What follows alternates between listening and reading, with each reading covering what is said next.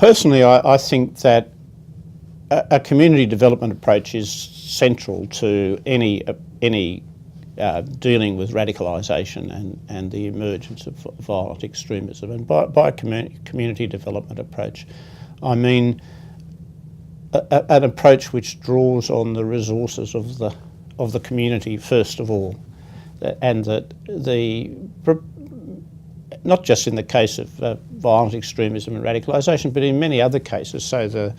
a lot of the most successful programs to alleviate poverty and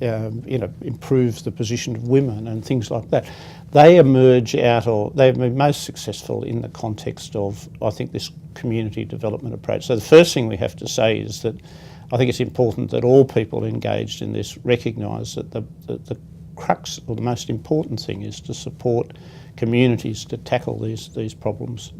themselves, and not just to pump in resources from outside, but to use the resources that are already there. And I think that's one of the most important lessons we know from a lot of experience. So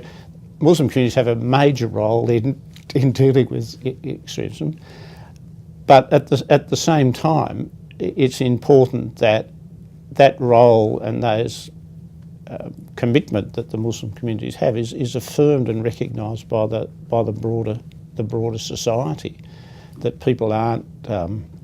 constantly portraying Islamic societies as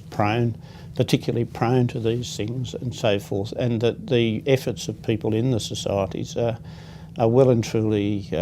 recognised, and that there's an understanding that comes across in the media or in the broader society that for Islamic communities this is